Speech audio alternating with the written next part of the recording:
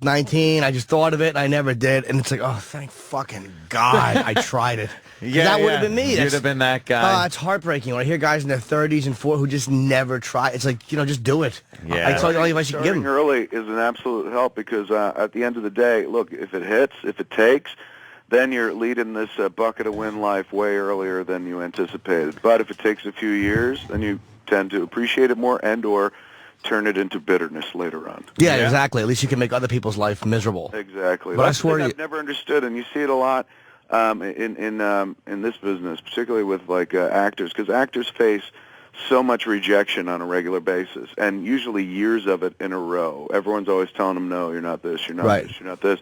And then you would imagine when somebody finally says, you're the one, you're right, and they get tapped, and let's say they make it into that elite 10% or something like that, that it would be slobberingly grateful gratitude and appreciation you'd always ever hear out of their mouths. But just like a human being, just like all human beings, as soon as you get accustomed to something good, you start fucking finding its faults. Yeah. Just like somebody, is just like, I'm tired of fucking Julia Roberts. There's always going to be a point where you're just like, I don't care how good everyone says it is or how good I thought it would be. It's just, it's now based on how I entered into my new matrix. I'm not as appreciative for it anymore. So you read so many and meet so many actors who are just like bitter and want to make other people's lives on set miserable because of the shit they went through for 10, 15 years of their lives. Names. Come on, Kevin. Oh man, well, that wasn't just that wasn't just some odd observation Kevin was making. Man, I'm sweating. That was from experience. Do you know what a dick you have to be to upset Kevin Smith? Totally. Yes. It takes a lot, I think, to kind of hit me in a way. The people I've worked with hit me in a way where I'm like, oh my God, you fucking intolerable dick. And there are people I've worked with a person who was just the absolute absence of passion whatsoever. And I know people like passion; they get paid to do a job. Any job that involves you getting up in front of people or making pretend for a living or making movies or making entertainment of any sort of way, shape, or form requires a degree of passion to get you past everyone else to do it. Because otherwise, everyone would do it. But not everyone wants to do it. They don't have a passion for it. Some people just like to watch it. But some people like to do it. And if you like to do it and you've kind of got enough passion for it, you've got to bring that to work. I worked with somebody who had no passion, one of the most passionless human beings I've ever met. Male or female? I know you can't say, but was it male or female? It was Jim Norton. Come on. It was so fucking scary, man, because you're like, there's a couple $1 million on the line whenever you're trying to make a movie, and nobody wants to make a bad movie. But when you've got that much money riding on it, you want everybody there wanting to be there, wanting to see it accomplished. What are some of the things that show you like, oh my God, that person just has no interest in being here or doing this? Okay, when you're setting up a shot, when you're shooting a sequence, and I know this is weird to do orally or over the radio because it'd be so much easier to point and shit, but try to bear with me. I'll try to build a little word picture. You kind of have a talent for telling a story there, Kevin. It's okay. Let's say I'm standing next to Kevin Nealin. You lost me. What's happening? In the physical space of time, I am standing next to Kevin Nealin. And I say, Kev, there's your mark. The mark is kind of where Kevin has to stand in order to be captured by the cameras. So if he's standing to the left of the mark, he's off camera. So you need the actor to hit the mark. So I'd say, Kevin, there's your mark. You're going to hit that mark, and you're going to say some shit, and that's it. We're done. And then you say, okay, action. And Kevin goes 20 feet to the left of the mark. And then you go, maybe it's me. Maybe I didn't explain myself correctly. And you say, cut. You go over and you go, I'm sorry, Kev. I didn't mean over there. When I said the mark, I meant this mark right here where all the cameras and lights are pointed. And he goes, oh, okay. Where the cameras and lights are pointed? Inside the studio. And then Kevin would go, okay. And then I go back and I go, action. And then Kevin walks 15 feet to the right of the mark. And then you're like, okay, is he mean or just willfully retarded at this point? Wow. And then you go over, you say, cut, and you go, I'm sorry, dude, maybe I didn't, it's here, it's right, this is the mark. Oh, okay, I got you. And then you go back and you kind of wipe the sweat off your brow and kind of smile awkwardly at everyone around the monitors who are like, what's going on? And then you say, action. And then he just walks over to the craft service table. Oh, man. And then you Wait, realize on action? I'm not lying. You'll do that 4 more times before you realize what he basically wants is for you to go wherever he wants to go. So basically you're like, okay, That actor's going to set the market, ladies and gentlemen. Let's readjust as soon as he lets us know what it is. Like somebody who's literally working against the production, just sitting there to be like, how can I fuck with it today?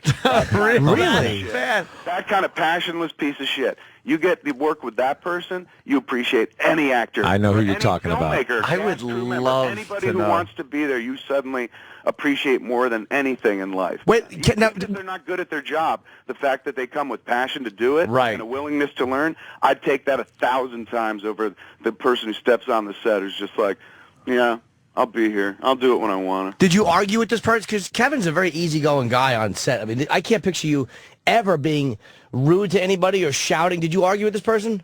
I couldn't. That's not in my fucking makeup, and that's what I believe that person wanted.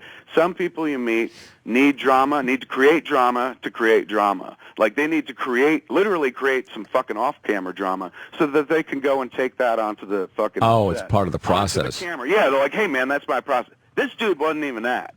I mean, if it was that, I could deal with it because it's like, hey, man, it's wacky, but at least this person's giving me Yeah. gold. I know who you're talking about. Okay. Fucking I got Ben it. Affleck, man. man. You're right. Wow. Fucking Ben, how Fuck dare that he? guy. And they say he's a good director now. Well, fuck him. Yeah, right? You know what gets me? Did you see The Town? No, I haven't seen it yet. He did a fucking awesome job. Yeah, Awesome. where'd he learn his shit? Where'd he learn his shit, Definitely Kevin? not for me, because I saw that picture. I was like, where'd you learn your shit? But he was off frame a little bit. You know, I noticed he was off frame a little bit here and there. yeah. You know what gets me too is when people are surprised that somebody's nice. Kevin Nealin, that's no way to get a job in Ben Affleck's movie. Telling him he's off frame and shit. I'll never get a job in one of his movies. Sure you will, man. You're fucking Kevin Nealin. Do that? Yeah. Yeah. He actually offered me, there was a role that he wanted me to do and I couldn't do it. Lying. You're right. Just felt good to say that. You know, and it always surprises me when people are like think somebody's a nice guy in the business and they're surprised by it. You know, Yeah. It's like, you know, this guy, you know, Kevin Smith, he's a nice guy. He's really. Well, why shouldn't he be? Really? You know? Nice guy. Yeah. Really? It's like this. In Yeah. my opinion, they should all be nice guys and Exactly. girls for what they're... When someone says to you, you're going to be able to make pretend for a living. You know what your job in life is going to be? The same shit you did when you were 9. Right. And Yeah. you get to dress that way as well. That's a win. Like, why would I ever be bitter? Why would I ever be fucking like... Yeah, you want a huge portion of what is the life lottery. Yes, You know? yes. And you... The lucky few, man, where it's just like, here's a bunch of money. Go make some shit up. Yeah. Hey, have Kev, some fun. Dude blows a donkey. Like, very good, very good. Hey, Kev, what was your first writing job? I wrote Clerks. I mean, I never got That was it, job, huh? really. It was. I mean, I guess the first time I was paid to write something was on Mallrats. Right. Really? Because Clerks I wrote for nothing and we shot for nothing, and then I went and pitched Mallrats to Universal after we went to the Sundance Film Festival in '94, and they bought it and so they paid me to write it. I think I got paid like, let me think, $75,000 or something. And this Righteous was back in bucks. 1995. 95 though, and I was like, I would have sucked a dick for that money. Man. Oh, what I was if... just like 75,000. Yeah. Yeah, right? What? I'd still pop a cock in my mouth for 75 G's. Hey, who was in the film you just did now? What is the Red? What's the name of the film? Red State. Oh, we just fucking finished it. It's the tits, dude. This is the hands down the best flick I ever made. Really? It's so fucking good. Yeah, it's this little horror movie we made. I can't wait to show. We submitted it to Sundance, and hopefully we'll hear back. Who's in it? soon. It's this dude named. There's a bunch of people, but I'll focus on one. We got Michael Angarano, who's a teen actor, not a teen. He's in his 20s.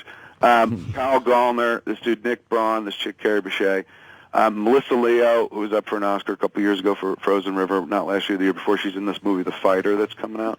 She's been in tons of stuff. She was on Homicide. She's one of the most respected actresses in the business. John Goodman, who's just dynamite in the fucking flick. I saw John Goodman the other day. He's lost about 200 pounds. Yeah, he's really he's pretty. I mean, he doesn't look like he did for the last few years. I hear he looks doesn't fantastic. he doesn't looks stand on his thinner mark, though. What's that? I hear he doesn't stand on his mark, though. And John Goodman's the opposite. John Goodman now Kevin Nealin, back me up. When you're making a TV program or a movie, generally speaking, they'll have somebody as a stand-in for you. Yeah.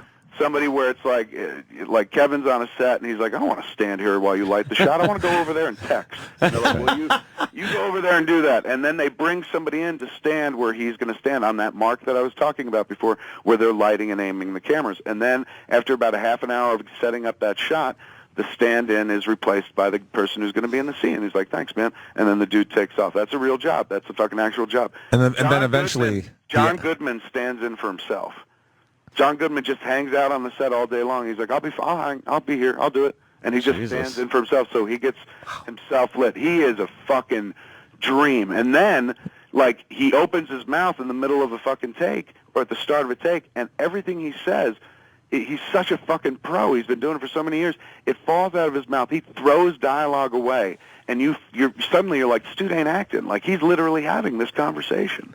Like, it's watching a pro work. Somebody who's been doing it for years and years. It's fucking amazing. My dream is that one person talks about me this way once. But the big guy and the big gun in our movie is Michael Parks. He plays our baddie, Pastor Aben Cooper, because the movie's about religious fundamentalism. Michael Parks, man. Holy shit. He is so fucking...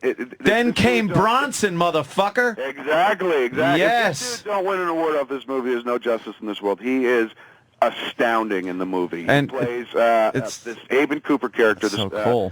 pastor from this church, and he's a dude who, if people don't know the name, he was in a lot of Robert and Quentin stuff more recently. And he always played great Sheriff parts Earl in those, McGraw yeah. whenever he comes out and he's hanging out with his kid, and, well, son number one, the older dude, that's Michael Parks.